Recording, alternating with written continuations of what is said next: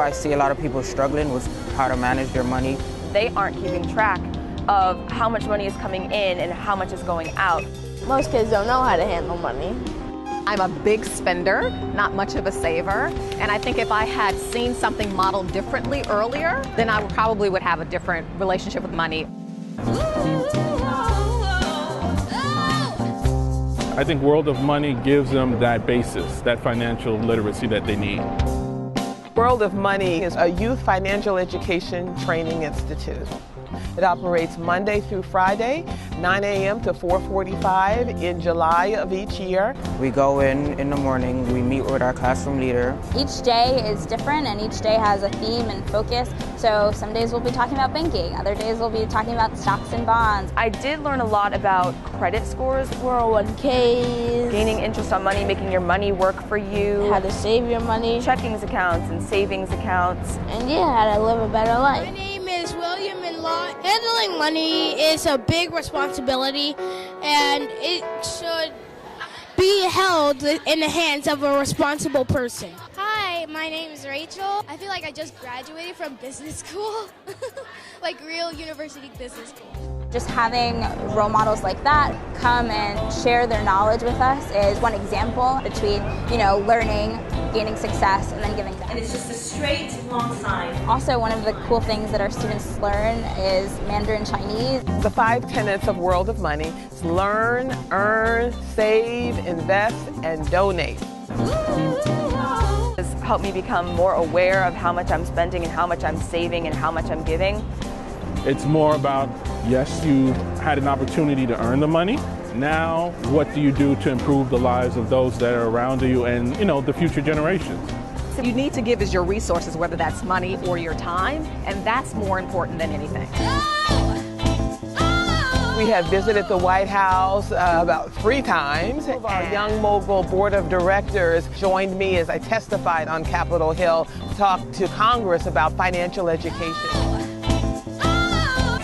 We've opened or closed the NASDAQ Stock Exchange 4 times. We were on CNBC, we have been on MSNBC, we have appeared on ABC, NBC.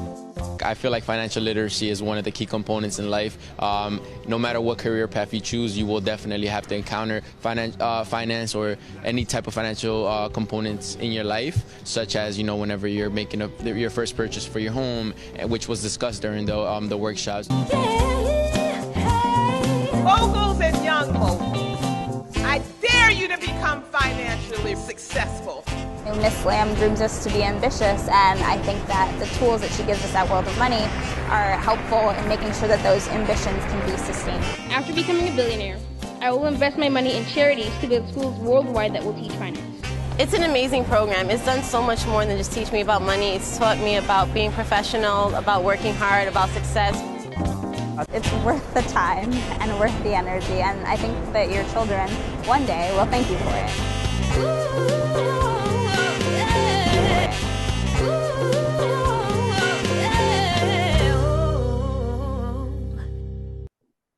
Good afternoon, everyone, and happy Father's Day weekend. My name is Sabrina Lamb, and I am the founder and the CEO of the World of Money, and I am really excited today. Today, our focus is, it's Welcome World of Money's The Future of Your Money Town Hall Series, and I'm really excited today to listen and learn from today's discussion, a gathering of men talk money. Hashtag Men Talk Money at World of Money.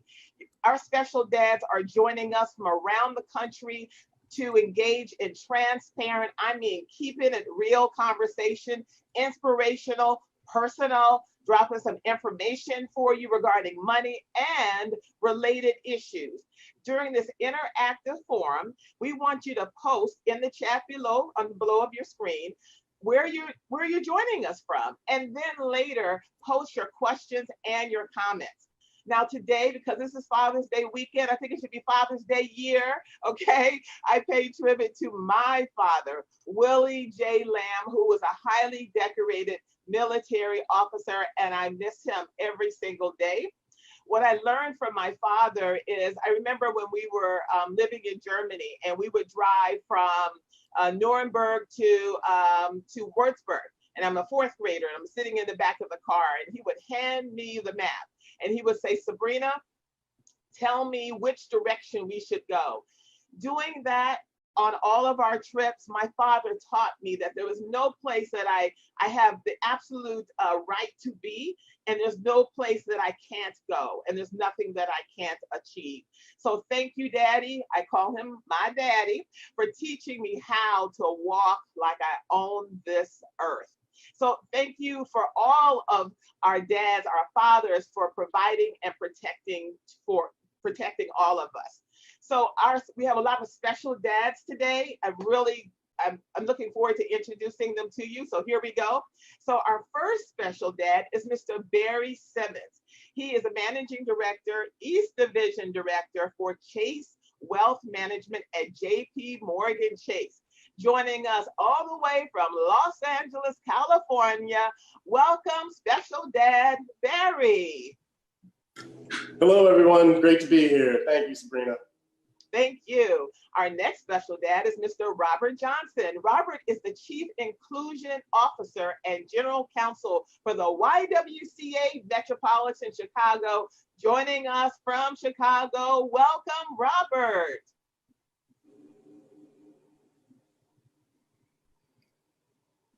Hey, sorry, the camera's not working, but I'm here. Hello, everyone. I'm glad to be with you. Having a little technical difficulties with the camera. Well, we'll get that fixed. And then next we have, our next special dad is Mr. Joseph Edmondson. Now, Joseph is a certified planner with Capital Management Group of New York. So joining us from New York City, welcome, Joseph. Good afternoon, everyone. Thank you for having me. Excited about the dialogue today. And of course, shout out to all my people in the BX. And our next special dad is Mr. Dewan Neal. He is a highly regarded Wall Street finance attorney, joining us all the way from the ATL, that's Atlanta, Georgia, Mr. Dewan Neal.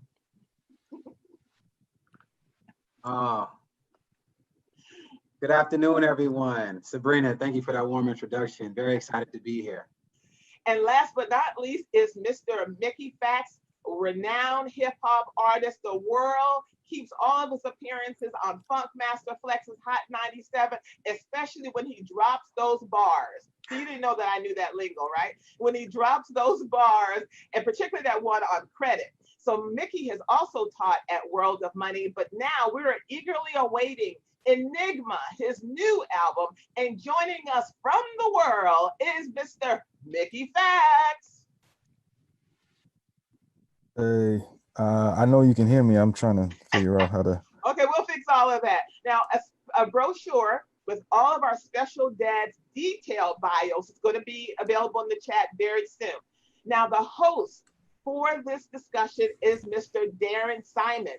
Darren is a business development manager at the Energy Infrastructure Solutions. He also serves on the board of the World of Money's parent executive board. Welcome, Mr. Darren Simon. Darren, take it away. Hey, Sabrina, thank you very much, and welcome to our virtual town hall, Men Talking Money. To our distinguished guests, thank you very much for your participation today. And we're looking for a great session of just talking men, guys, as though we were in a barbershop. We're just going to kick it for a little while and just talk about different aspects regarding fatherhood and finances and wealth building and the like. Before we jump in, I just wanted to take a few seconds here just to say thank you to my father, Henry Simon, who has shown me what it means to be a man, a loving father and husband, and just by his day-to-day works, just being able to watch him as a role model has helped me so much in my life and continues to do so. Dad, you were my best man at my wedding, and you'll always be my best man. Love you dearly. And with that, gentlemen, are you ready? Absolutely. Let's do it. I think I'm ready. Darren, you said something about us keeping it fairly casual, like we're in the barber shop. Unfortunately, I can't remember the last time I was in a barber shop. You are so right with that. And where I am, my barbershops actually open in New Jersey on Monday. So okay. You know where I'll be. Well, this is a good warm up for you. We're getting you ready for Monday. Absolutely, absolutely. Before we jump into the financial aspects that we're going to spend some time on, I was hoping that we could step back and just take a look at some basics. And I'm interested from the panel, what is your definition of fatherhood?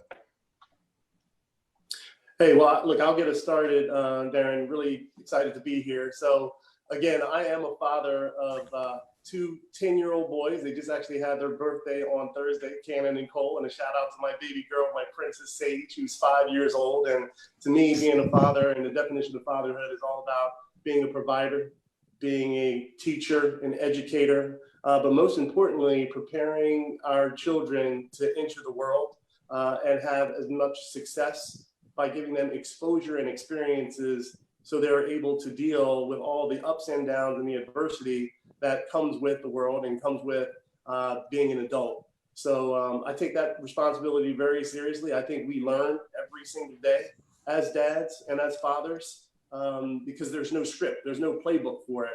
But what we can do is just the best that we can to ensure that they've got good values, character, morals. In our household, we lead with integrity, we lead with inclusion, and we always focus on making sure that our kids are very intellectually curious, ask the questions so we can provide the whys. And I think as teachers, that's what dads really serve as that role model.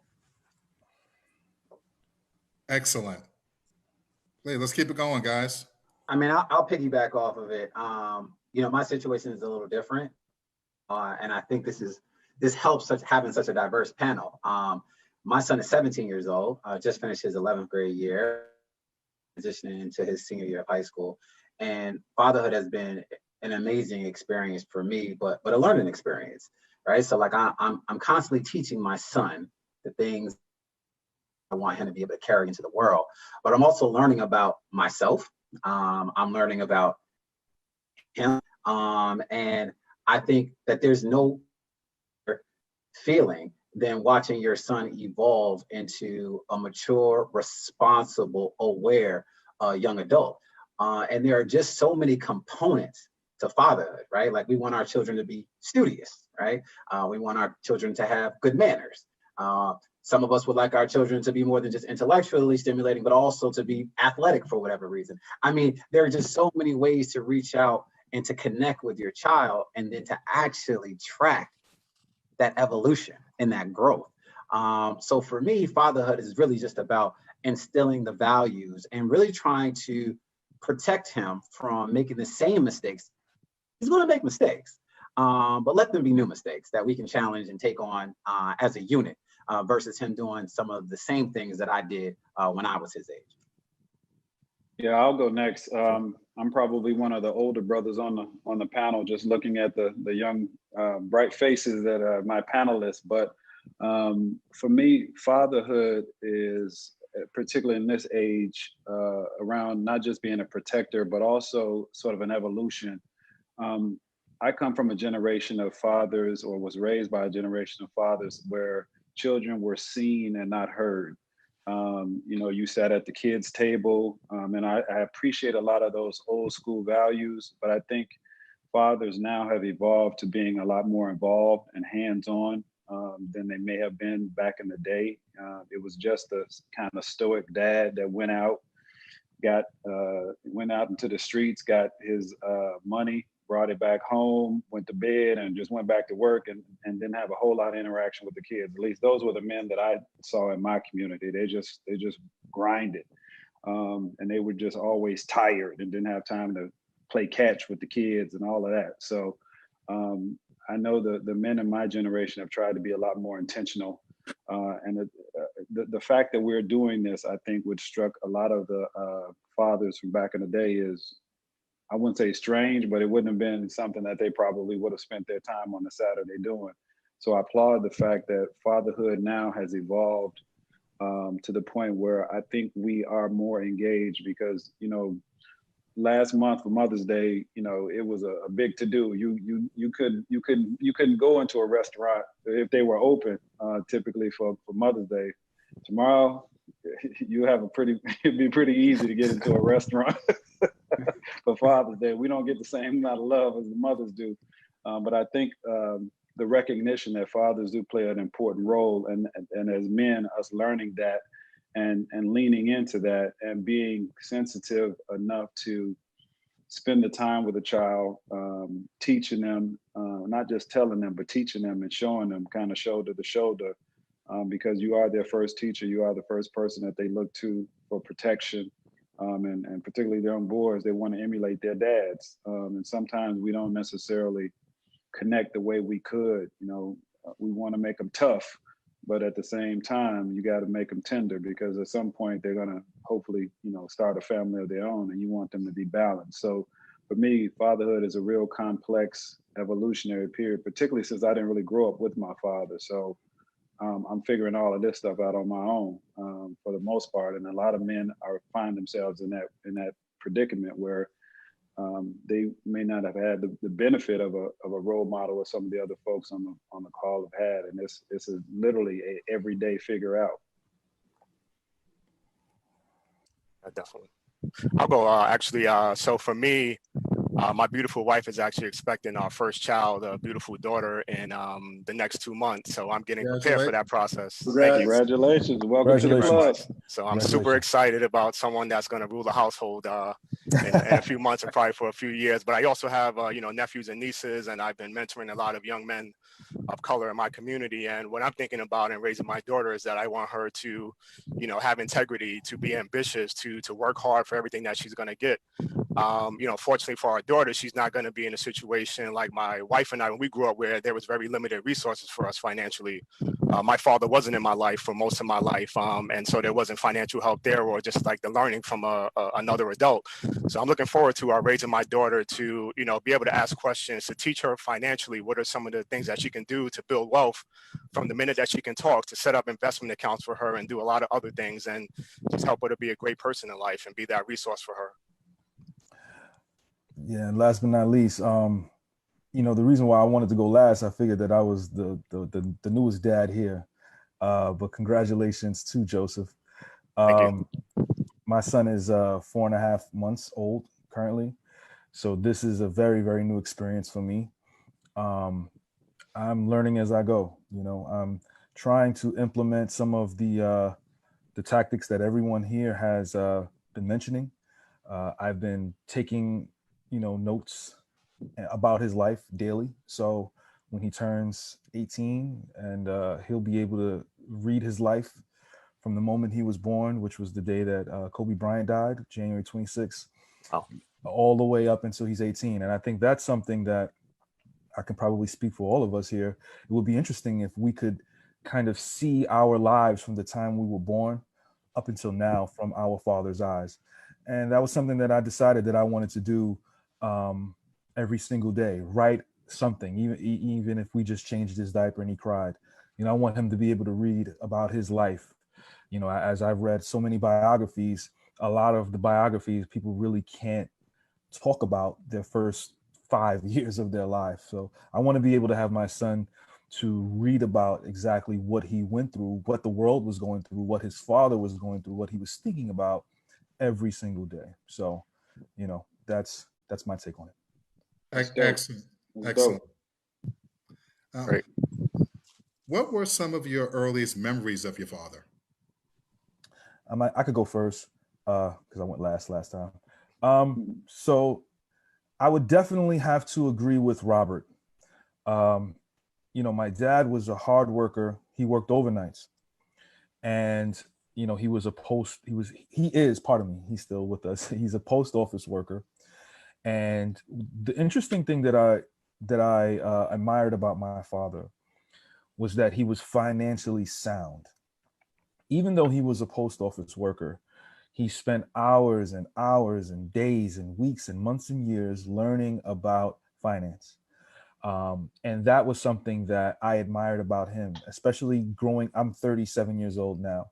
So you can imagine what a young Black boy was experiencing in the late 80s to early 90s, and what the Black community was going through with the emergence of hip hop, and also what was happening, in the scene in the urban communities with drugs and the HIV running rampant. So to see a Black man working every day, going to work at night, and being home with us during the daytime, and still being able to purchase a home and cars and have 401ks and learn about stock and teach credit to me at such a young age, it was imperative for me and my mindset and my thinking. I would have liked a little bit more of an interaction with him. He was too tired to play some basketball with me at times, and I kind of resented that at that age. But as I've gotten older, I realized that he was laying a foundation for me to be a better man, to raise a family and to learn from the mistakes that he made by not being able to be there for me. And, as I've gotten older, I've come to appreciate him. He's definitely my best friend. We speak all the time, and the times that I wanted him to be that person for me at a younger age, he's doing that. He's overcompensating for that now at the age that I am, and I can understand why it happened that way. So I resonated with Robert's thought process and his experiences with fathers in the neighborhood around that time. So that's my earliest and constant and continuous memory of my dad. Yeah, I'll tell you, my father was absolutely my role model. He was the person that I aspired to be. Very similar to Mickey, my father was very financially savvy. He was the first finance director for the city of New Orleans. He was involved in the corporate world at an early stage, and I watched him and I learned how he interacted and navigated in those circles, and had the networking and influence and different dinners and engagements. And I just saw how he would communicate. I saw, and he would teach us different ways where you had to leverage your skill sets in terms of what you should be looking for from an investment standpoint, how to spend money, when to spend money, what to look for in terms of investing. So to me, and I had him, unfortunately he's no longer here, but I did have him for the majority of my life and into my professional career. He was that person that I was emulating. He was, as Robert said, as a young man, what you look to be like. He was the role model. He was the footsteps that I was going to follow. So it's just very important. And I think this conversation is so important because the role of men and fathers in young Black men's lives, it really is truly, truly special. And I think we all have to understand that they're watching every single thing that we do, and the good habits as well as the bad. So when you focus on that introduction of money at an early age, it sticks, right? Because now look at the career that I'm in, and I'm leveraging still many of the tactics and strategies and communication and life lessons that I learned at such an early age just by watching him go to work every single day. And more importantly, the dinner table conversations that we would have each night. So without a doubt, he's my role model. I credit a lot of my success to him. Yeah, I can go next. I'm sure many of you, since this is a money and a wealth conversation, are familiar with the book by Robert Kiyosaki called Rich Dad, Poor Dad. And I literally just thought of this, and I never thought of this in 50 years, but I had a similar Rich Dad, Poor Dad experience, and it literally just occurred to me. So my earliest memories of my father literally lived around the corner from me. As I said, I wasn't raised by my father. I was actually raised by my grandfather. So if I think about Rich Dad, Poor Dad, my actual dad was my poor dad, and my grandfather was my rich dad. And just like in Rich Dad, Poor Dad, there were lessons that I learned from both. And my actual dad, I was born out of wedlock, and my father was an alcoholic. And like I said, he lived right around the corner from me, and he made a lot of choices that obviously led him down a path that did not include any aspect of financial success. So the impact on me, as you said, most of us want to be like their father. The majority of my life was spent trying to be not like my father. So it was just, I saw the things that he did, and it motivated me to have this ridiculous drive to do just the opposite. Like I didn't touch a drink until I was in law school. It was like part of an initiation there. I was like 23 or something before I had my first drink, and never did a drug or anything because I just saw that the path that it took him down. Conversely, my grandfather, who was my rich dad, he was a steel worker, probably with an 8th grade education, but was one of the most brilliant men that I ever met in my life. And I do a lot of public speaking, and I always quote him when I first start my talks. The 2 things that he always said, that if a man could beat you, first of all, he said, common sense ain't common, everybody ain't got it. And if a man could beat you thinking, he could beat you living. And I saw that for him, he would get up literally, I don't know, at some ungodly hour, 4 o'clock in the morning, whatever it was.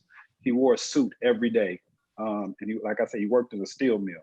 So he would wear a suit to the steel mill, somehow change clothes, get into whatever you wear in a steel mill, do 8 hours in grimy, dirty, whatever you do in a steel mill, shower, put the suit back on, come back home to work. He would hit the door. My grandmother and mother, who also lived with me, they would, food would start magically appearing. He would sit down in front of the TV. I would be there in front of the TV watching something. He would, without saying a word, as soon as he came in, I knew it was time for me to leave. He was going to turn on the Cubs or whatever it is he wanted to watch. And that was his thing. But I also watched him, similar to what was just said. He was a man in the community that everybody came to when they needed money, when they needed advice. Again, they came into our den. I saw everybody in the community at one point come in there and ask for his counsel. And him and my grandmother would listen to whatever it is that their issue was. I had to leave. He never made a decision right then and there. He said, okay, I'm gonna pray on it and I'll get back to you. And that was it. There was no more conversation. That was it. Once he said that, you were dismissed. You're gonna pray on it and he'll get back to you, whatever. And I just saw him, and he had this thing where he bought my grandmother a new car every 2 years, and he would take the old car. And I mean, it was just, when we grew up in what was considered a poor area, but I didn't know I was poor until I went to college. Didn't even realize it because just the work ethic, and we never wanted for everything, and just his presence as a Black man. And so that's who I emulated, my rich dad. So when I went to college, literally, first generation everything, but I wore suits to college. I carried a little briefcase as a freshman, didn't have anything in it but my lunch and then maybe a newspaper, but that's what I saw as a man, and that has driven me my entire life. It was my rich dad, which was my grandfather. That's excellent, and I really appreciate you sharing. And at this time, just to transition a little bit here, we're going to watch a video from activist MC Mysone, which is a happy Father's Day tribute to his son.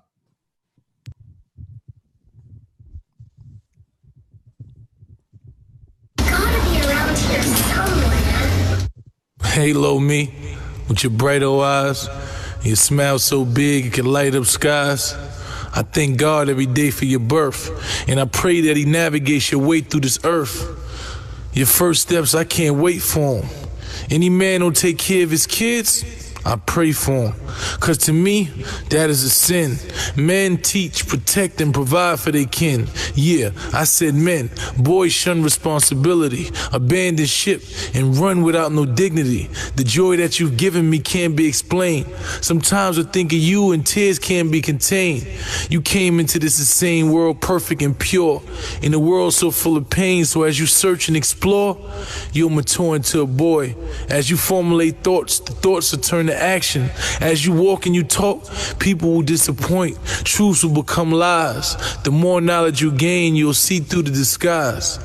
And I'll be here to guide, to wipe the tears from your eyes and the fear from your heart until I meet my demise.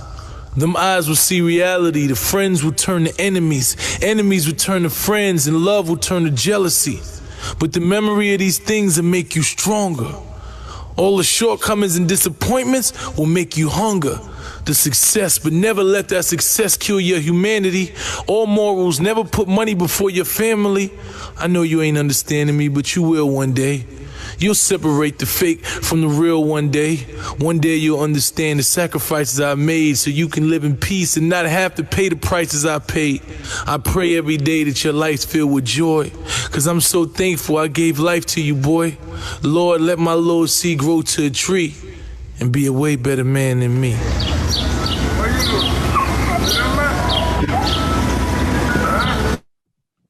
Beautiful. Wow, nice. Yeah, Great. that is amazing, amazing. And picking up off of that, one of the questions that I had for the group that I'm interested in, as fathers, we're responsible for safety and security, for our families.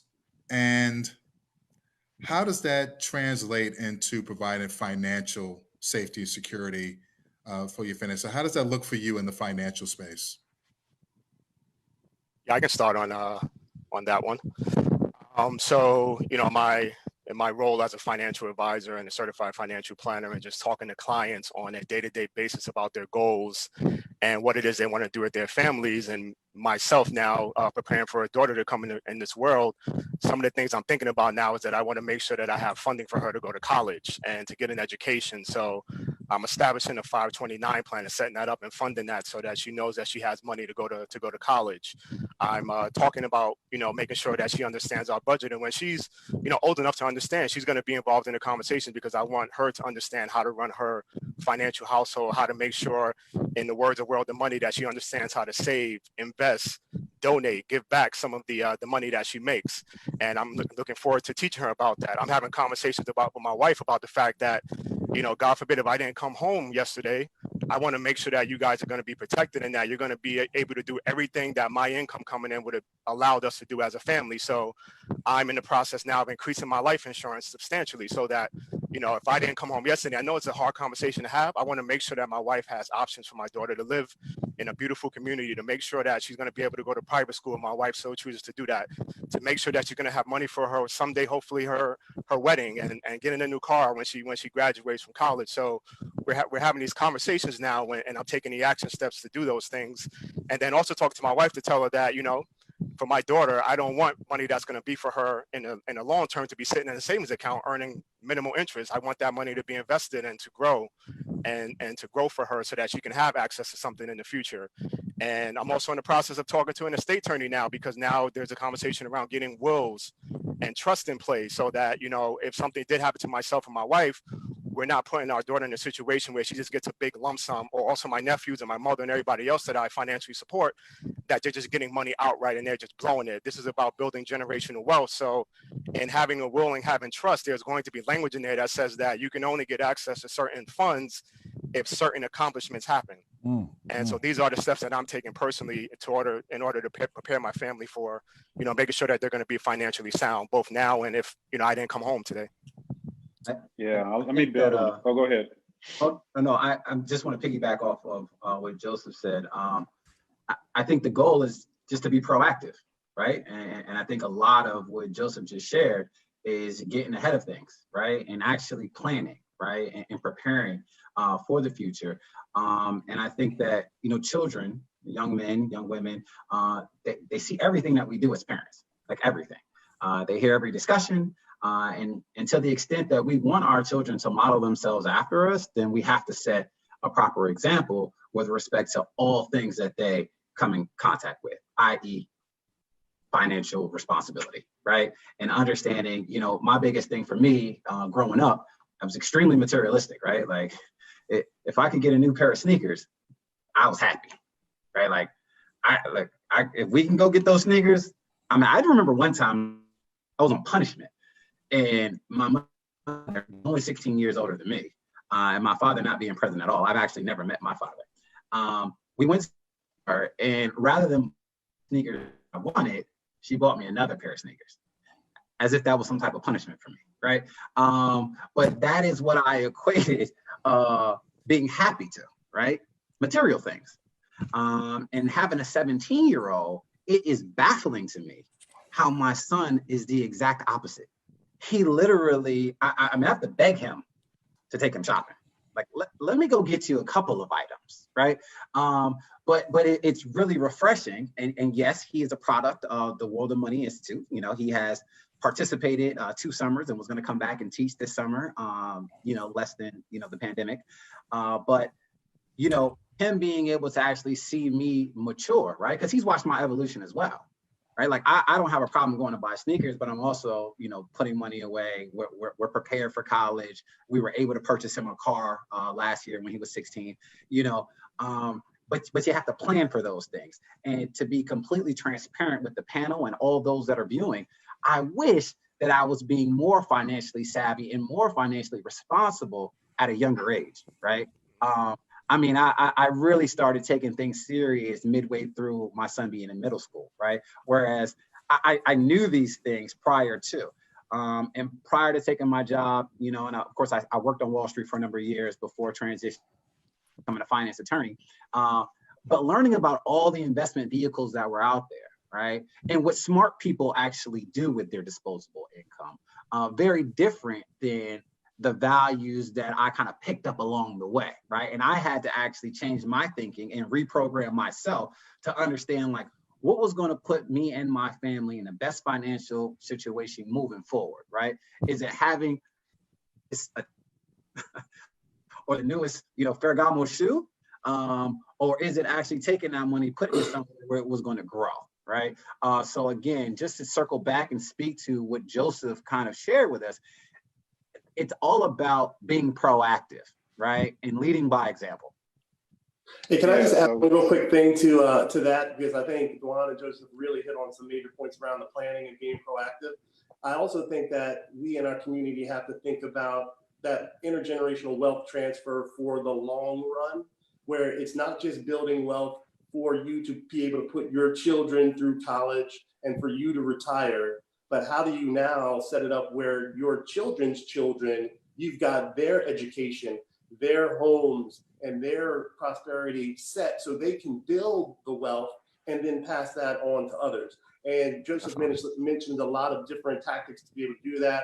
You got trust, you got the 529s, but the mindset of me being done with my financial responsibility as long as my kids can go to school and then I can retire, we've got to, I think, change that. We got to make sure that we're pushing forward because that all stops, you know, in I think our community, we would invest a lot. You'd own your house, then to give it to the kids would sell the house, the money's gone right there in that generation. How do you protect that money and pass it forward for future generations so you truly build generational wealth? That's what we need to start focusing on in our community. And there's so many tactics to be able to do that, but the mindset has to shift as well. Say it. Yeah, and that's the part that I wanted to address. And that's why I love the concept of the world of money, because it really begins with us understanding how money works in the world and understanding our historical relationship with money. We came over as property. We were brought over as property. So in this capitalistic society, we were a product. And that is, in my view, had us have this fascination with products, which, as a person before was saying, gets us into this need for materialism. But if you understand how money works and you understand the stages of money, accumulation, preservation, and legacy, as Barry was just talking about, the last piece only happens if you have those first two pieces in place, the legacy, the ability to be able to sustain. We don't talk about wealth creation in our community. People talk to us about everything else. They talk about our health, they talk about crime, but they don't talk about wealth accumulation. The reason America is the most prosperous country in the world is because of Black people, because we were used as a tool for them to accumulate wealth. So we have to understand that how money works. For example, my son has been in a investment club since he was 5 years old, called a Good Sense Kids Club. So they invest real money in stocks. They've got a portfolio that is probably up about 200%. So from a very young age, he understands how money works. And that's just one vehicle. But we also got to talk about entrepreneurship, because that's one of the things when you look at it historically as a people, when we were most successful. You know, we just had Juneteenth yesterday and, you know, the celebration of Black Wall Street, all of that. That's when we were most successful as a people, is when we were focused on entrepreneurship. So it's not just about having a job. A job is great, but a job only creates income.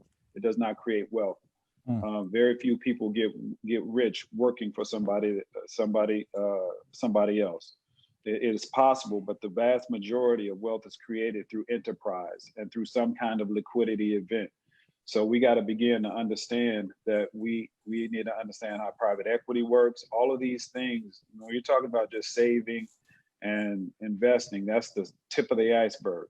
But you got to start understanding how money works in society and how the rich get wealthy. It's not just about trust and estates. It's also about mergers and acquisitions. It's also about private equity.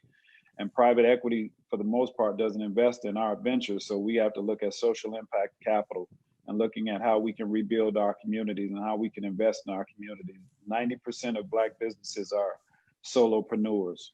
So that means that it's one person that's running that business. It is literally impossible to sell a solo enterprise.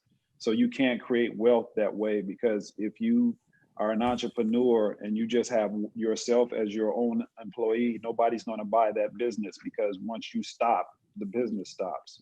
So you can't scale that business. And most entrepreneurs don't have a 401k or investment. Is really a lifestyle business. So we got to look at how we can begin to scale our businesses so that we can employ more people, and then also create wealth and create legacies that can go beyond the generation that we're in.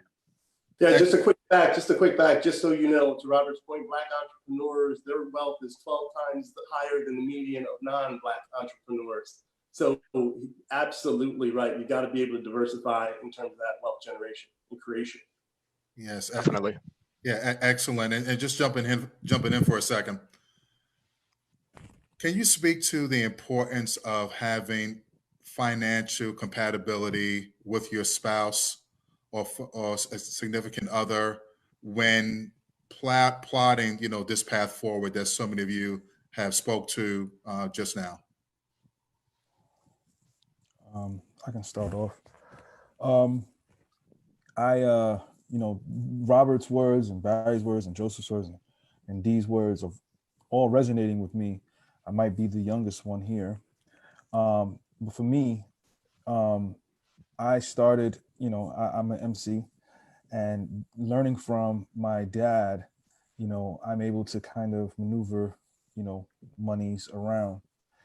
When I met my wife, she was working in Connecticut, and I encouraged her to become an entrepreneur, become someone who can diversify her talents to not just be someone who is working for someone else and making them a little bit more rich. So we've been constantly improving her status in terms of money and wealth, and as well as building up her credit, so she is able to be this equal partner with me in this journey to becoming a financial partnership with two gurus, just creating content and wealth for our child. I think it's imperative for us as Black men to constantly encourage our partners to learn about finance and try to get them to a higher plane of thinking when it comes to finance and trying to build that wealth in that sense. Yeah, the single biggest financial decision that you will ever make is who you marry. There is no other financial decision that will have as much impact on your life as your spouse. So if you don't have somebody who is rowing in the same direction as you are, it makes it exceedingly difficult to be successful financially. And that's one of the things, again, that as a people, we have to recognize is that, and I hate the term financial literacy, because Black folks are very literate when it comes to finances. We have not been financially included. Most of us know how to stretch, budget, make a dollar holla better than anybody that I've ever seen. So we're not financially illiterate. We just not have been financially included into the largesse of this society. So we have not been exposed to all of the tools and resources that others have. So to that end, not only must you have a spouse that is on the same page, you got to include them in whatever that plan is and make them have and allow them to have buy-in and learn from them, because there's numerous studies that show that women are better money managers than men. They get better financial results because we tend to be more aggressive. We tend to go off gut, and we'll do stuff just out of stubbornness, whereas women are a lot more rational when it comes to money than men are. And most women make a lot of the financial decisions in the household because that's just the way the dynamic works. And Black women entrepreneurs are the fastest growing group of entrepreneurs, period. They're the only group there are more Black women entrepreneurs than there are Black men entrepreneurs. So sisters, it pays to listen to sisters because they're killing it. Yeah, definitely. I mean, I can add a little bit to that. This will be 6 years and my wife and I will be married coming up, which is the same month that our daughter is going to be born. So it'll be a great August. And my wife is a high-level director at a major accounting firm here in New York. So she is my equal as it relates to the financial aspects of the household.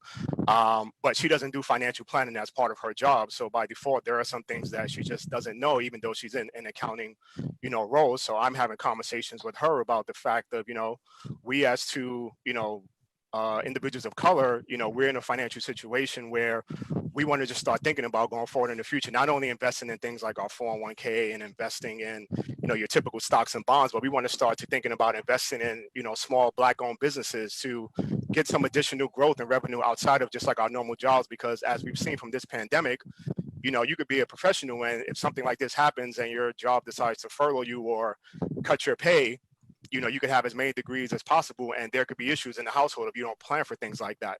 So I'm talking to my wife about the fact of, we want to make sure that we're investing and that we're investing in things, hopefully in the future around real estate and just building up our net worth outside of just some of the traditional things that we tend to invest in as people. And I'm also talking to my wife about the fact that, it's okay to be conservative with your money, but sometimes you do have to take a little bit of risk if this is going to be money that you're not going to need to touch for 5, 10, 15 years down the road. So we're definitely both aligned, and I hope to have a lot of success, both between us and our daughter and raising her around all these different things. Yeah, no, I think that's excellent. And you guys touched on so many great points, but I think one of them that really struck a chord with me in that conversation about the intergenerational transfer of wealth. You can do all the smart things in the world to build wealth, have wealth to transfer, but if you don't have the folks who are going to inherit this wealth, if they're not smart about money, if they don't understand how money works, as my father used to say on many occasions, it won't take long for someone who's not financially savvy, understands money, who comes into money, it won't take long for them to part ways. Absolutely. So it kind of lends itself to this other discussion about our youth and making sure that we're giving them this kind of information so that as we're doing all these great things that we're discussing, they're in a position to be able to do something, with that wealth that we've accumulated for them. Any thoughts on that? Darren, can I jump in really quickly? Please. I just want to kind of circle back to the last segment, very, very briefly. I know that we have a number of people that are viewing this, and we have a number of questions going on in chats. But I kind of wanted to get, because I'm not married, right? So I'm not married. And for the gentlemen like Joseph and, Robert, Mikey, like you guys are discussing, how important it is for the right partner, right? At what stage in your relationship did you start having these conversations about finances? Because I think that's very important. I want to roll the dice and say that many of you didn't wait until you were 5 years into your marriage to talk about finances. So I'm gonna say that maybe this took place during the dating and courting stages. But what were some of the red flags or some of the things that you guys used to kind of figure out if in fact you guys were equally yoked with respect to financial planning, financial services, and wealth building? Hey, so I'll get started here. You're absolutely right. You have to have these conversations well before you actually get engaged and long before the marriage to ensure that you are on the same page. You've got the same objectives in terms of, what is the value of money to you? What is the purpose of money to you? And what do you feel about family? And again, as we talked about that generational wealth transfer. So a lot of those conversations absolutely have to happen. And the other thing I think that Darren said that's really important is as you build money and you go through the accumulation phase, you also have to recognize you have to continue to have these conversations because they evolve, which is the most important time. Because once you get money, what do you do with it? And you could have different opinions and perspectives on that once that actually happens. And unfortunately, we've seen too many people squander away that money, or they don't make that money work for them and earn more. So those conversations and that education is an evolution. So by no means will I tell you that the conversations that you have in the dating phase will solidify that you're going to have a partner and you are on the same page with your wealth creation for the long term. It is a continuous conversation as you flow through every stage of money that you have to refine, work through, find a happy medium and a balance, right? Because it can't always be your way and your decision, because that's always bound to fail. It has to be a happy compromise, but you have to be focused on that common objective. And it's a family conversation. You really do need to make sure that you're bringing your kids in early into these conversations. You are talking about it on a regular basis in a positive and constructive way, because I think that's how everyone learns. That intellectual curiosity starts to grow, and you start to just expand the ability for the family to succeed. Definitely. Yeah, the only thing I would just add real quickly is that those conversations happen probably sooner than you think, because again, women are much smarter than us. So as you're dating, they're evaluating you from a financial perspective, like straight off the bat. Oh yeah. Not like a gold digger's perspective, but they're looking at how you get down. I mean, they're looking at, what kind of, can you pay for this meal? So there's a lot of tales that you have to build with, right? Yeah, exactly. You can build with. Exactly. So I think, as I can only speak for me, you are all educated brothers on the phone, but on the call. But I know when I first started dating, when I was single, men are attracted by looks. We don't necessarily delve much deeper than that until much later into the relationship. But as you get more mature, you figure out that you need to start having some of those conversations around goals and aspirations, and then you begin to get a framework of what that person's orientation is, and then you can color in the lines. But if your overall goals are like, if your dreams scare her, then that's probably not the right person for you, because that her role is to help you accomplish those dreams, not to tamp them down. And your goal is to help her accomplish her dreams and not to tamp them down, so that you guys support each other and you lift as you climb. Because sometimes she's going to be better at something, and sometimes you're going to be better, and you guys got to be able to find a medium where you're not competitive, but you're cooperative and supportive. Because a lot of us date type A women, and that's they got a lot of opinions and a lot of information, and you got to be able to handle that. You got to be able to support them like you want them to support you. Amen. I would say at this point, and then I definitely want to keep the conversation going, but we're going to have a video of Karen Gibson having a money conversation with his 8-year-old son, King. I think you'll be very entertained by this. Money, and you can't be no sucker out here with your money. Bro, I ain't no sucker. Bet you I don't. Okay, what's assets? Assets are things that bring money into your bank account. What's liabilities? Liabilities are things that take money out your bank account. Entrepreneurship is the act of becoming an entrepreneur. What's entrepreneurship? Entrepreneurship is a process of setting up a business or businesses. Taking on a greater than normal financial risk. What's an entrepreneur? Entrepreneur is a person that organizes and operates a business or businesses. Also taking on a greater than normal financial risk. What's financial mean? Money. And what's risk mean? Chance. Come on. What does it mean to own stock? when you own a share of a company. Come on.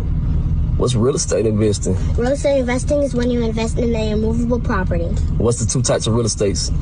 Commercial real estate and residential real estate. What's commercial real estate? Commercial real estate is property for businesses and workspace, like an office, store, and land. And what's residential real estate? Property to live on, like a house, apartment, or condominium. Come on. It comes with extra fees when you have real estate, you feel me? Daddy tells you how many times he pays his state property tax a year. Once a year. What's the type of maintenance fee? Cutting grass. Come on. What's HOA? Homeowner association. And what comes along with that? HOA fee. Come on. And when it comes to the brokerage percent, what percent is that? 7. Come on. What's equity? Equity is the difference between what your business is worth minus what you owe on it. Also assets minus? Liabilities and debt. Good job. What's credit report? Credit report is like a report card letting you know how well you did by paying your money back you borrowed. And how does credit affect your life? The better you keep your credit, the more opportunities you will have to get funding. And what? Large purchases like? A car or a house. Come on.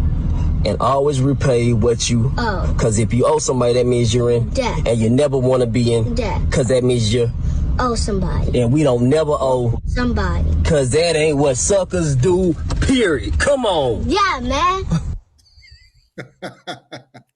I'm done. I'm checked out. Is there anything left for us to say, guys? Let me log out. Let me log out. Come on now. Oh, that was amazing. You should be teaching that world of money. You better call him, Sabrina. Not the daddy, in my the boy. 20s, I couldn't have answered half those questions. Sabrina got to hire the boy, not even the father, man. That's right.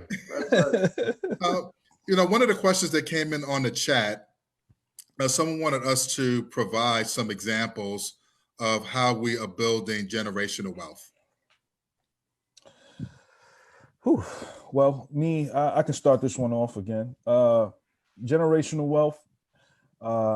I've learned, I took the same route that Joseph has taken in terms of when my son was here. I started to just delve into even more and more and more financial things to accumulate wealth. One of the things that I learned about, obviously, was the stock market.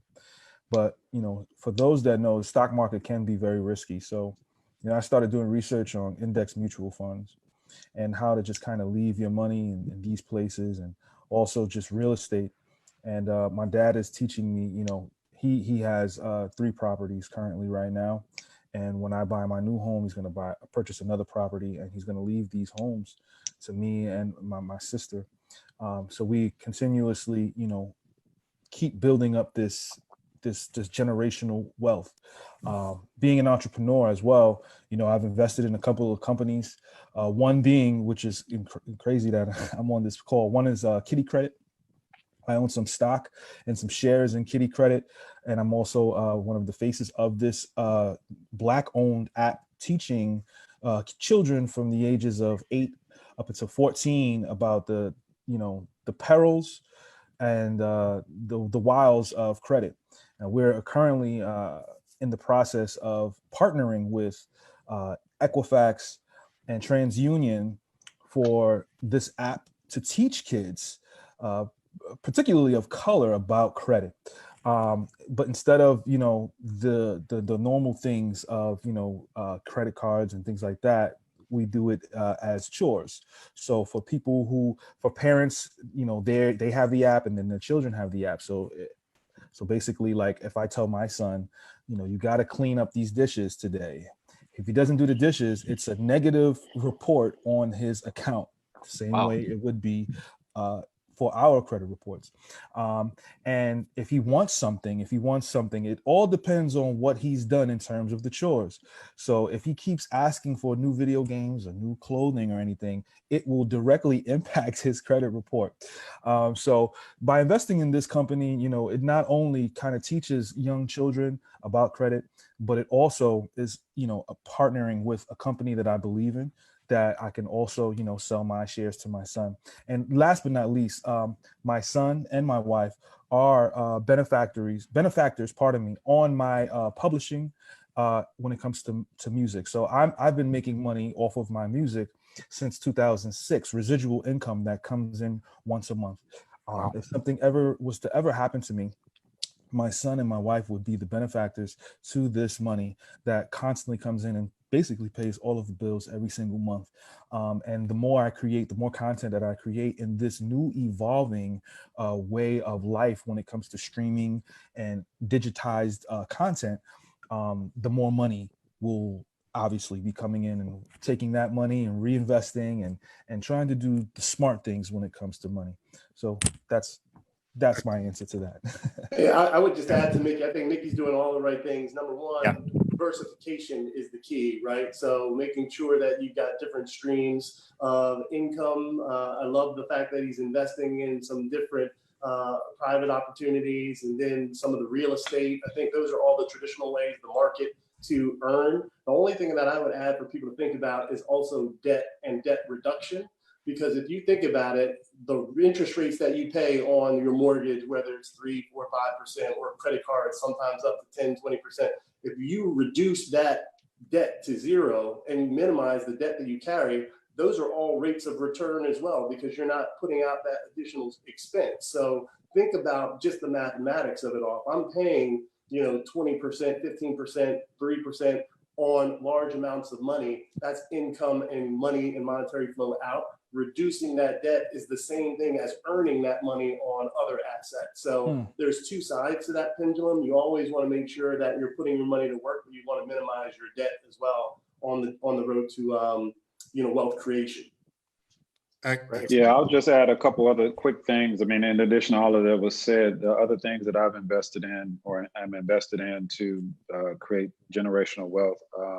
Franchises. I own a franchise. Invested in some other businesses, particularly black-owned businesses. I have my own company that I plan to leave to my kids. And then other things that I think folks often overlook are collectibles. So Black art in particular, I've invested a lot in Black art and other collectibles. One of the things that people may not recognize is that art has outpaced, if you buy the right art, it has outpaced the S&P by 200%. Jay-Z even was rapping about, I was listening to it the other night, and he talked about, I bought this paper for $1 million. Now it's worth $2 million. If I leave it to my kids, it's worth $10 million. If you understand the market and understand the right things to invest in, collectibles are a very lucrative investment, and a lot of Black art you can get. I'm living here in Chicago in Bronzeville. There's a Black artist that sold a painting for $1 million that lives right down the street from me. But a lot of people don't know about our market, and there's an opportunity for us to capitalize on that, particularly given what's going on in the country now.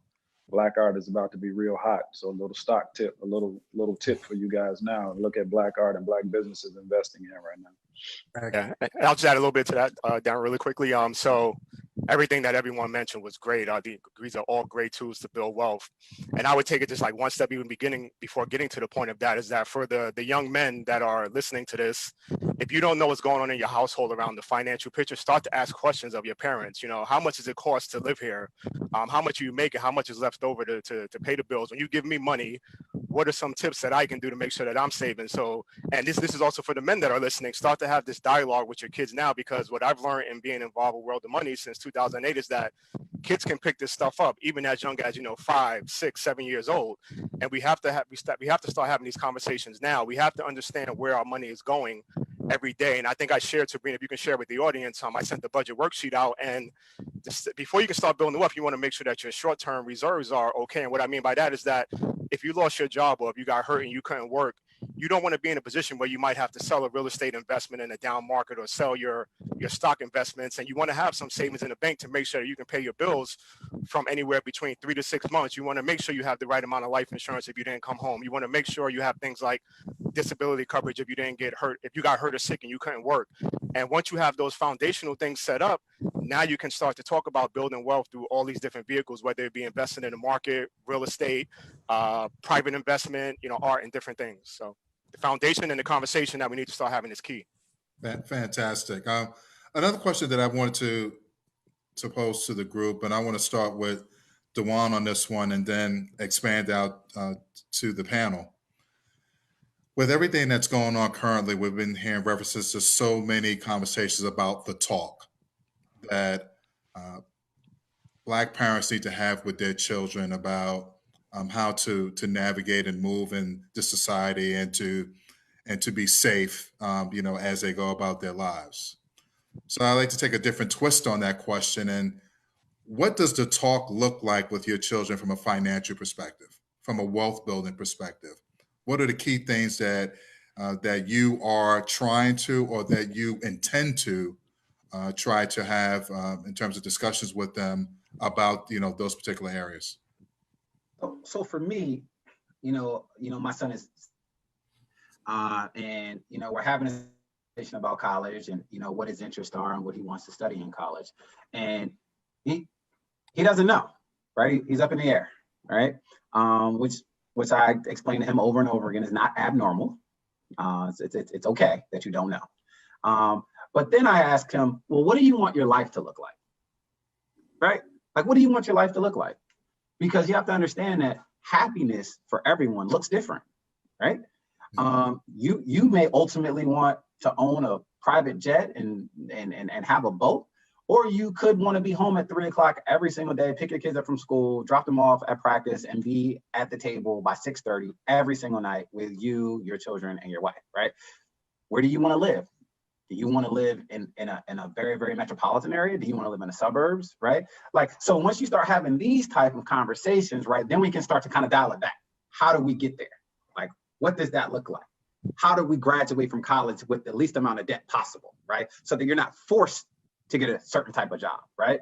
And really trying to get my son, as well as my nephew at this point, to understand that you have to change your thought process. Like, think about what it is that you want. Be a creative, right? We don't have to work for anyone. You don't.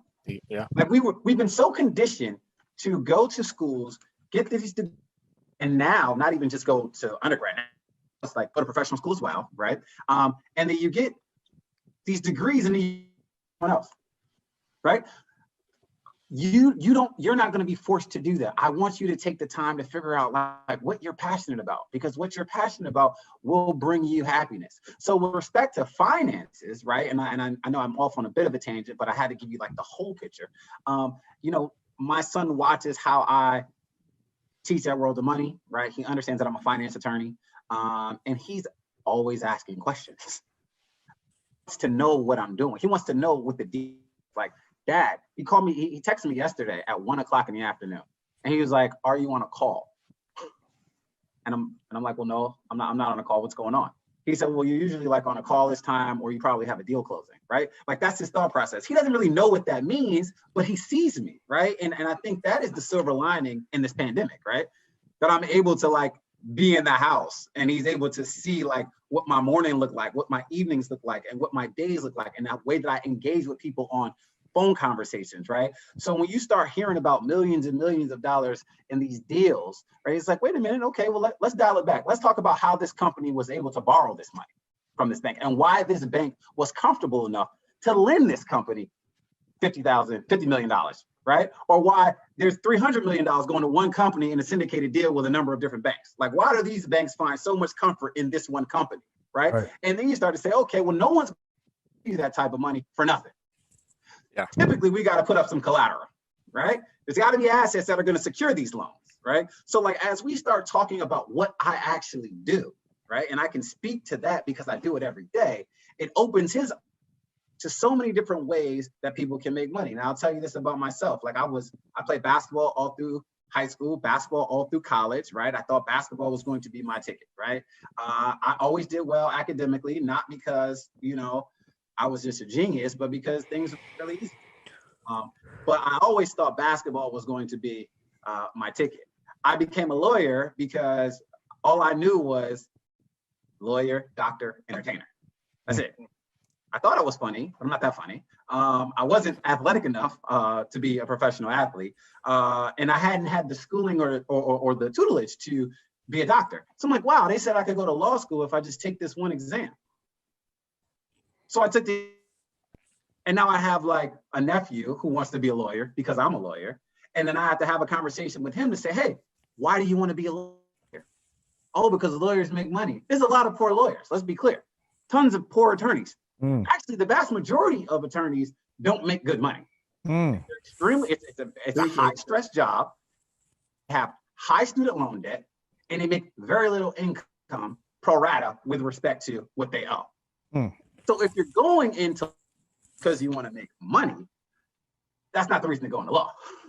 Let's talk about it, because I am up at 2:30 in the morning because a client has asked me to draft something on behalf. Do you want to be the attorney that's doing the drafting, or you want to be the client that's able to pay me to do the work at 2:30 in the morning, right?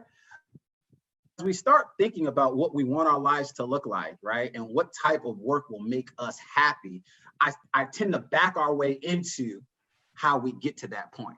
And I mean, we don't just talk about investing in life insurance policies, although I think that's a great investment because that's the one thing that you know is going to happen, is that we're all going to pass away at some point. But I want to talk about like how we get out of college without having any debt. How do we go to grad school without having any debt? Because those are the building blocks that hinder most people in our communities, because when we graduate, it's like, I got to take this job because I have to pay this debt. Talk about it. But this panel is intelligent enough, well-versed enough, and worldly enough to know that our kids won't have to experience what we experience. Talk about it. Go ahead. But I digress, and I'll allow another panelist to talk about it. D, talk about it, brother. Hey, brother, I'm feeling it. So that talk, I'll be real quick. That talk for me looks like some financial education. Going back to the concept of World of Money, I always recommend 3 books for anybody. You know, the problem with quote financial literacy and trying to provide financial education is there's so much noise out there that people don't really know what to do. They get confused and they're like, what should I do? And I try to separate products from practice, and the sort of praxis from praxis. So praxis is the theory, practice is what you actually do. So you have to have a theory of money before you can understand what it is that you need to do. So I always recommend with my kids, I made all of them read it, and anybody who asks me financial and wants to spend some time with me, like, go read these books first, because you're not going to understand where I'm coming from until you understand this. The first one is Think and Grow Rich. The second one is The Wealthy Barber. The third one is The Richest Man in Babylon. And the fourth one is Solomon's Secrets.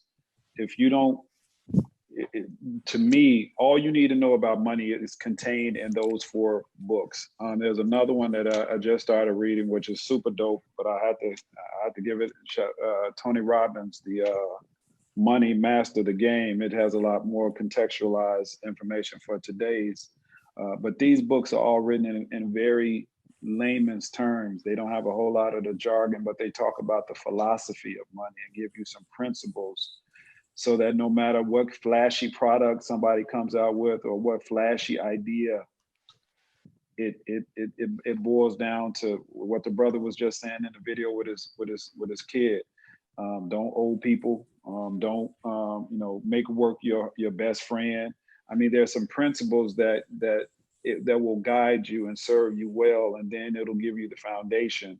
Just like the talk with telling your kids to, keep 2 hands on the steering wheel and don't make no sudden movement. They're just that powerful in terms of, if we can embed those principles in our kids, it'll give them a foundation and they can figure out where they need to go based upon what my man just said, what kind of life you want to live. But you need these principles to get you there regardless of where it is you want to go. Can you share those books one more time for someone who may not got all 4? Think and Grow Rich by Napoleon Hill, The Wealthy Barber, The Richest Man in Babylon, and Solomon's Secrets. Excellent. Excellent. Hey, can I share just one final thought on that? Please. The other thing is, sessions like this, talk to people, right? Because again, knowledge is power, and all of this great advice and guidance that we're getting just talking to each other, we're learning from each other. So seek to join groups like World of Money. I know at JP Morgan Chase, every Thursday at a branch, you can learn about financial education and literacy in a Chase chat. You can go online and see that. But join groups where you're talking about money and you're talking about these ideals and you're getting sound guidance and thoughts on where to move forward, because I think sometimes it's intimidating. People think, hey, I got to do this all by myself, or I'm going to read the book and where do I go from here? But there's so much power in bringing groups together and having the conversation and the dialogue, just like we're doing today. We need to continue to do that in multiple forums, and that can start as early as you want. It's never too early to start talking about this with kids and bringing them together. So I would definitely look at trying to find those groups and forums where you can have the conversation. Go ahead, please. Yeah. I was just going to say real quick. Also, obviously my son is 4.5 months old. Consider the future. And that's just the piggyback off of what Barry, D, and Robert has added to the chat. We have to look at the world that it's going to change eventually. My dad was writing a book about, how to find rare videotapes and how to find the movies that you want to find. And over the course of 20 to 30 years, he had to considerably and constantly edit this book that he never released because technology constantly and consistently changed. So I think, having a conversation with knowing and trying at least to attempt to predict what may be happening in the future, because as Dewan so beautifully and eloquently stated, college is a great thing, but if you're coming out of college in debt, it's a bad thing. And a lot of people sometimes, they're creating these products and these things where they become multimillionaires and some of them even billionaires. So, the answer sometimes can be college, and the answer sometimes can be within yourself. So just believe in yourself and continue to grow. And one final point, shout out to Robert about Black art. I got my man Stevie Wonder over there. I purchased some Black art from my guy 10 years ago, Belchez, and he is currently, one of the fastest selling painters in New York City right now. So, I'm glad to be a part of this, man, just to hear, that there are because being an MC and hip hop, we all know the tropes, the negative tropes that come along with being, a Black hip hop artist. You got to have the gaudy chains, you have to have the expensive cars and the women and the drug usage. But to hear brothers,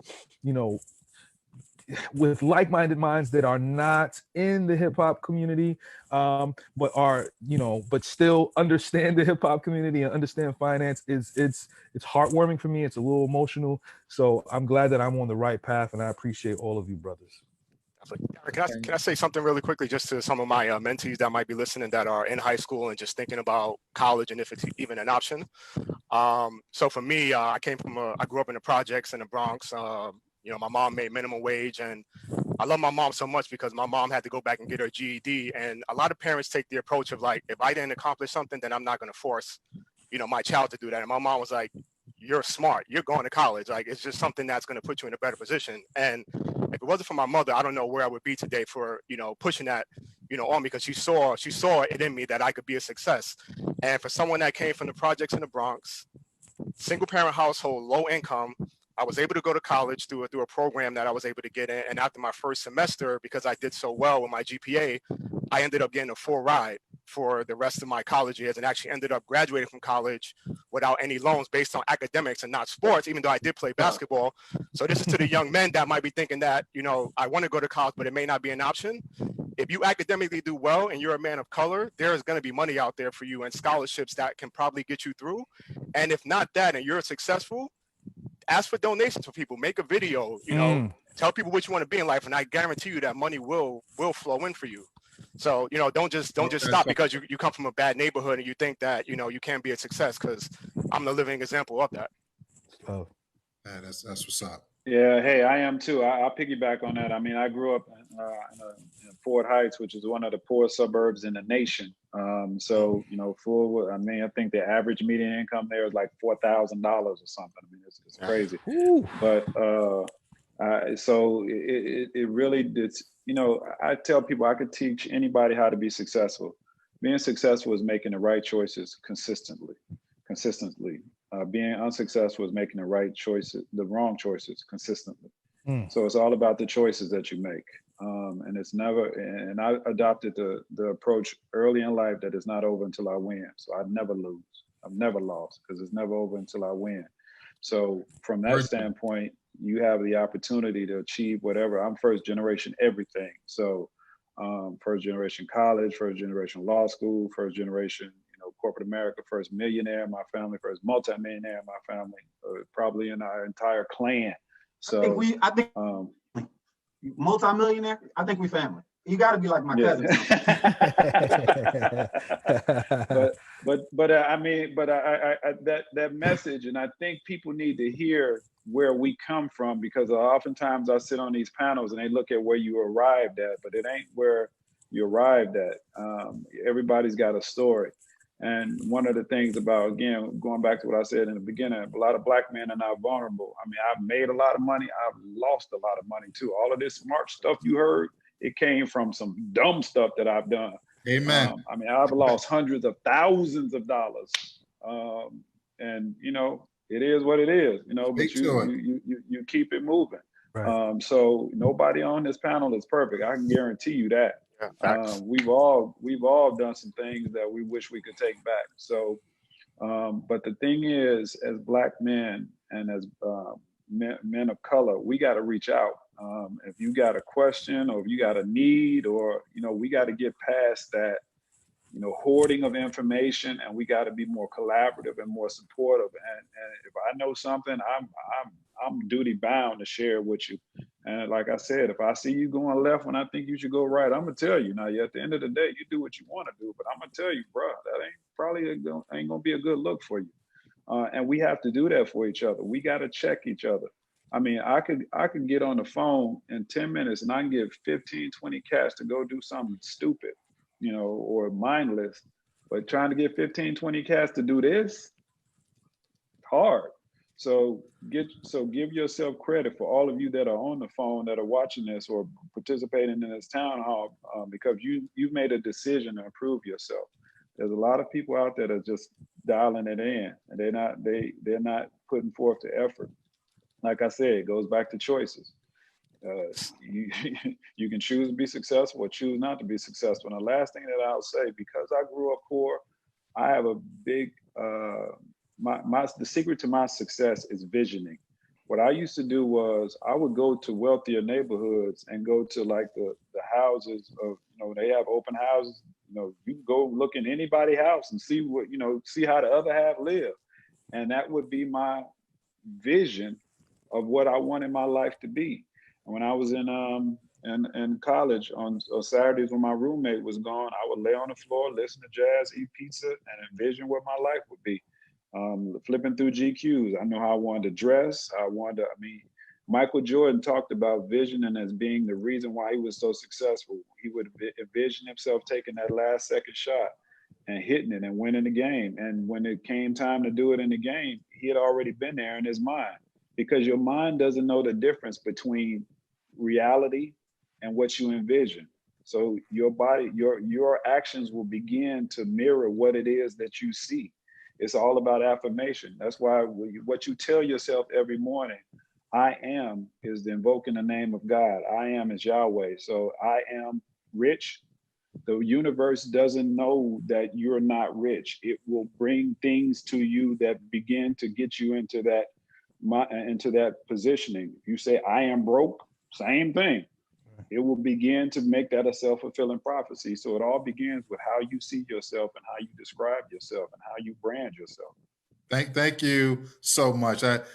This time has gone by so fast. I mean, I've learned so much. I really appreciate everything that all of you brothers have shared and all the great work that you do. And for everyone who joined us today, thank you so much. At this point, I'm going to turn it back over to Sabrina, and we're going to be wrapping up very soon. Thanks, guys. So proud of you, special dads. Yay! So thank you so much for a brilliant, brilliant panel. You definitely the vision of what we had hoped for and more. Getting amazing feedback from all around the country. Thank you, thank you, thank you. This is going to be rebroadcast. But before we go, because we always at World of Money want to remind you of the power that you have in your hands. So we're going to end. I'm going to thank everyone individually, but before or as we end, watch this video, this historic classic video to remind you of what's in your hands. So thank you, Barry Simmons from Los Angeles, JP Morgan Chase, Dewan Neal from Atlanta, New York, because he's everywhere. And then Mr. Joseph Edmonds represent the Bronx, Mickey Fax from the world. Yes, baby. Yeah, I'm from the Bronx too, baby. You know how it go. Yes, baby, all day. We everywhere. What's good? Robert Johnson from the Chai. Thank you so much, Robert Johnson. Definitely, everyone has just been really, really amazing. So before we go, before we sign off, please check out this. And Darren, thank you. Thank you. Thanks a lot, Darren, man. My honor. Appreciate you, Darren. Great job, man. You gentlemen were wonderful. Thank you so much.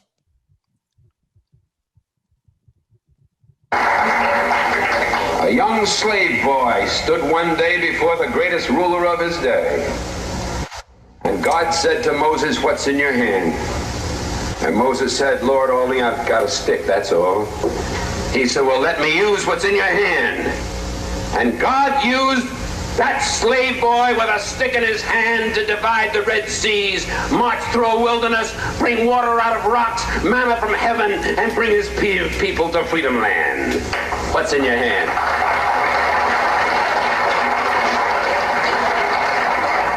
What's in your hand? George Washington Carver, who was so frail that he was traded for a broken down horse as a slave boy. And George Washington Carver, sitting in the science laboratory at Tuskegee, told me, he said, "Dr. Powell," he said, "I just go out in the fields each morning at 5 o'clock, and I let God guide me. And I bring back these little things and work them over my laboratory." And that man did more to revolutionize the agricultural science of peanuts and of cotton and sweet potato than any other human being in the field of agricultural science. What's in your hand? Just let God use you, that's all. What's in your hand? I've got a string in my hand, that's all, and I'm flying a kite. And way up in the heavens, lightning strikes it. And I, Benjamin Franklin, discover for the first time the possibilities of electricity with a string in my hand. What's in your hand? Little hunchback sitting in a Roman jail. I haven't got anything in my hand but an old quill pen, but God says, "Write what I tell you to write." Paul wrote, "I have run my race with patience. I've finished my course. I've kept the faith. Henceforth is laid up in me a crown of life." What's in your hand, little boy? All I've got is a slingshot, and the enemies of my people are great and big and more numerous than we are. Well, little David, go down to the brook and pick out a few stones and come on back and close your eyes if you want to and pull back that slingshot and let it go. And David killed the biggest enemy, the leader of the giants, against his people, and his people became free, just letting God guide a stone in his hand. And a few years passed and David is a king. And God says, "What's in your hand?" He said, "I've got a harp in my hand." He said, "Well, David, play on your harp." And he played, "The Lord is my shepherd, I shall not want. Maketh me to lie down in green pastures, leadeth me beside still waters. Yea, though I walk through the valley in the shadow of death, I'll fear no evil." What's in your hand? What's in your hand? Man hanging on a cross. I've got 2 nails in my hand. Father, I stretch my hands to thee.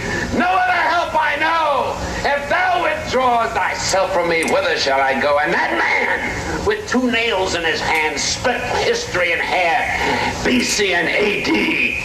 And what's in your hand tonight, people of Cambridge? You've got God in your hand, and he'll let you win because he's on your side and one with God, always in the majority. So walk with him and talk with him and work with him and stick together and fight together. And with God's hand in your hand, the victory will be accomplished here sooner than you dreamed, sooner than you hoped, sooner than you prayed for, sooner than you imagined. Good night and God bless you.